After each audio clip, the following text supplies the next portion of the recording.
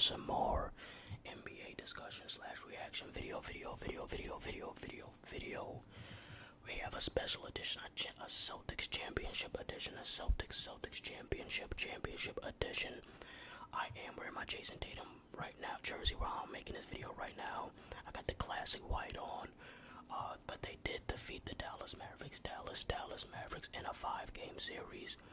Now let's be honest, most of us had the Celtics making the finals. I know I did since the beginning of the season. I thought they would lose in the finals against the Denver Nuggets. That was my prediction before the season. It turned out we got the Dallas Mavericks. Now I did predict the Dallas Mavericks to win in 7. Hey man, I've been rooting for the Celtics for years. I refuse to be stressing about putting expectation on the Boston Celtics, especially Jason Tatum and Jaylen Brown, and then stressing all finals worrying about where they live up to the expectations. I wanted a stress-free finals. It's like the Denzel Washington meme. You ever seen that? Where like I'm walking out of here with something. Either my prediction was gonna be right if the Dallas Mavericks won, or my favorite team was gonna win. I was leaving with something after the NBA finals.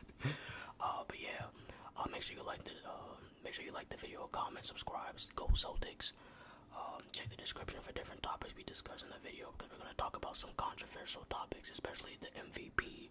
Now I am happy for Jaylen Brown. I did say he can get it. About 2 or 3 games ago, I had him around like 2nd or 3rd place. I probably would have gave it to Tatum, in my opinion, but we will get to that. Now let me just give my general thoughts on the playoffs. Like a letter grade, if I had to give this playoffs a letter grade, but I'm a heavy Celtics fan and an Anthony Edwards fan, and they both did really well. So for me, it was like an A minus, B plus. I mean, I'll give it a B because of the injuries. The injuries still did take away from it, even as an Ant-Man and Celtics fan. But I know for most of y'all, if you weren't a Celtics fan or an Ant-Man fan, this playoffs was probably like a C plus for you, at best, or like a C. Just like I said, because of the injuries, it took a lot of the anticipation away from games. We probably would have got a couple more 6 games, 6 or 7 series. But generally speaking, I thought it was a pretty solid playoffs considering all the injuries it had.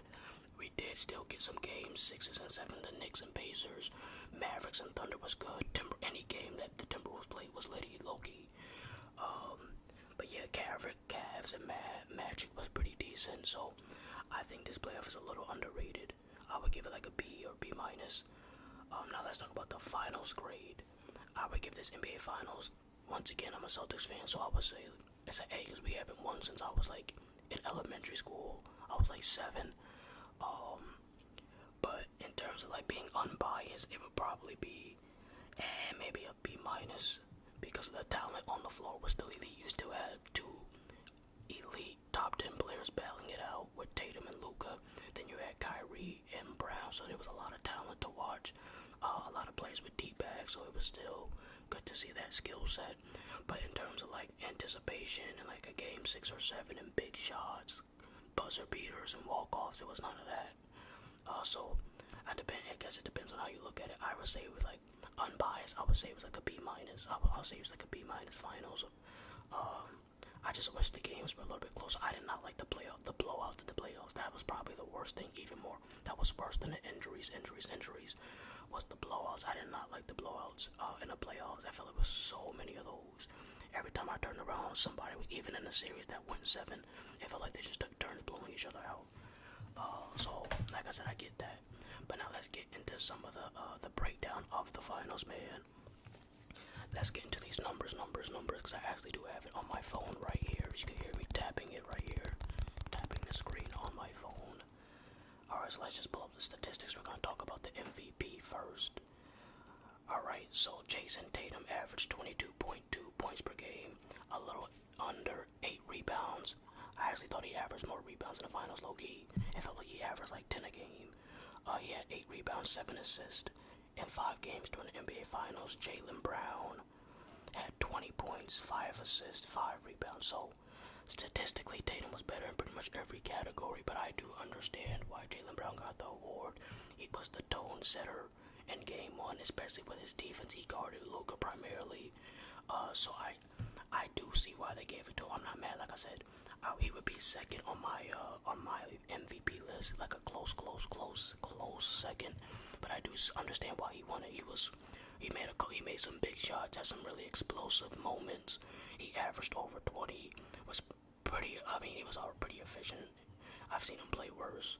But yeah, he was definitely. I would say he won it because of his defense on Luka. Luka struggled in a couple of these games, and a lot of that had to do with Jaylen Brown. Now you do have to give credit to Jrue Holiday and Derek White as well. But yeah, even Tatum switched out on Luka at times. But Jaylen Brown was definitely the primary defender on Luka, and he wanted that smoke. So I understand why they gave it to him.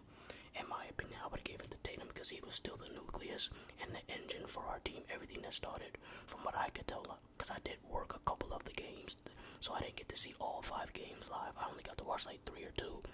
But most of the games I watched, Jason Tatum was still the engine for our offense. Everything went through him.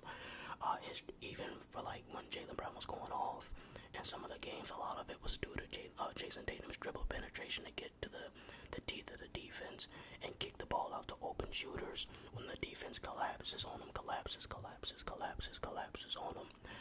So I just thought Jason Tatum was the engine to our offense majority of the time. I thought he was a better passer than Jaylen Brown by far and rebounder.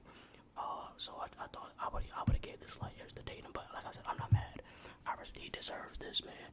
Jaylen Brown deserves the respect, because I always said the disrespect to Jaylen Brown and Tatum was crazy. Besides maybe like Karl Anthony Towns and Rudy Gobert, they're the 2 most disrespected. Even they just won the championship and people are still flaming Tatum. Like, it's so great. Tatum is the most hated player in the NBA, and it's not even close. I don't even know why people hate him. Like, a lot of people say he's not clutch, but I thought everybody hates the Celtics, so wouldn't you be happy about that? Like, why do people hate Tatum if most NBA fans hate the Celtics? Why do the NBA fans want Tatum to be so clutch so bad? Wouldn't that mean more success for the Celtics? Like, I just don't understand the fans' logic. Like, what do they want from Tatum? Like, I think they want him to average like 35. Like, I think they want him to have like a LeBron masterclass. He's not LeBron. Like, relax. Now I was making jokes saying that he was playing like prime Ben Simmons. Now, in my defense, and in Tatum's defense too, prime Ben Simmons was a mob effort. He could give you 17 to 25 any night with elite defense, good rebounding, and elite passing. That was what Tatum was doing. Tatum was pretty much playing like a little bit better shooting version of Ben Simmons. Peak Ben Simmons. But yeah, that's just my thoughts on MVP. Jrue Holiday. Jrue Holiday is a Hall of Famer, easily 2 rings. Has been the best perimeter defender in the league for almost a decade. He can shoot. He is selfless. He can do anything on the floor. He'll do anything that the team requires or needs him to do. Ask of him. He could be a hustle player. He could be a space creator. He could post up a little bit. Elite perimeter defender. Can guard in the post. Unless you're like taller than 6'5" or strong as hell. Like, he ain't guarding like Jimmy Butler or like somebody like that in the post. That's too easy. It's only so much he could do. But because he's still he's like 6'4", so he still has limitations. But Jrue Holiday's a Hall of Famer. Al Horford might have a Hall of Fame case. He might be a Hall of Famer, do no cap, because he was like a top 2 player on the Hawks team. He might have been the best player on the Hawks team when the Atlanta Hawks had their most success before Trae Young. He was putting up like 20 points per game. He was like the number 1 option on that team, or number 2. And now he has a ring, and he's always been very special in the playoffs.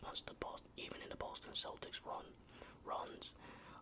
During that time of his career, over the last 5 years, he's always guarded like MVP candidates well. Giannis, Embiid, Al Horford. He just gets the job done. So shout out to him. Shout out to the DR too. But yeah, man, I'm happy for Al Horford finally got his ring. Damn it, if Derek White keeps playing like this and the Celtics win another title or something, he might get to the Hall of Fame too. Kristaps, I don't know if Kristaps might make the Hall of Fame. If he can stay healthy another 5 to 7 years, he might get into. That's crazy. The Celtics could deadass have 5 Hall of Fame players from this team. That's crazy. That's deadass crazy. Like, all of them can make the Hall of Fame. Have you seen some of the players that they let in the NBA Hall of Fame? They might let Corey Maggette. Y'all don't even know probably who that is. Corey Maggette might be in the NBA Hall of Fame. Like, that's how easy it is to get in, compared to like some other sports. But yeah, man, now let's talk about Luka, because I'm going to talk about the Celtics primarily. So let's talk about Dallas now. Best backcourt in the NBA history, my ass, boy. Now, in terms of talent and skill set, I do think they're like top 2, top 3. But I thought it was so disrespectful. People were saying that Steph and Clay were number one. I thought it was obvious all they had accomplished, and people keep forgetting Klay Thompson played defense even over Luka and Kyrie. Like, people forget Klay Thompson was giving you 20 to 30 every night, and was guarding the other team's best ball handler. He was guarding Dame. He was guarding, just all these Russell Westbrook, all these good point guards. He was guarding, man, James Harden, like whoever it was. But yeah, man, Kyrie Irving, I don't know what the hell happened. I thought that the Celtics would win in 6 because I thought Kyrie and Luka would go off in Game 5 because Luka's just better on the road than he is at home generally. And Kyrie looked like he was amped to prove the Celtics critics and fans and haters wrong. So I thought it would go 6, man. But Kyrie, man, he struggled with getting to his spots. Jrue Holiday, Derek White, and Jaylen Brown deserve a lot of credit because they were locking Kyrie ass up. Luka Doncic, man, you're not facing the league. Anthony Edwards still has a chance. Yeah, man, that's all I have to say. Jason Tatum and Anthony Edwards are better than Luka. No, I'm kidding, but everybody's better than Shea. I'm better than Shea. Jalen Green's better than Shea. Tatum's better than Shea. Anthony Edwards is better than Shea. Jaylen Brown is better than Shea. Derek White is better than Shea. Jrue Holiday has been better than Shea. We know that. So yeah, I'm out. Peace. Let's go Celtics for the champs.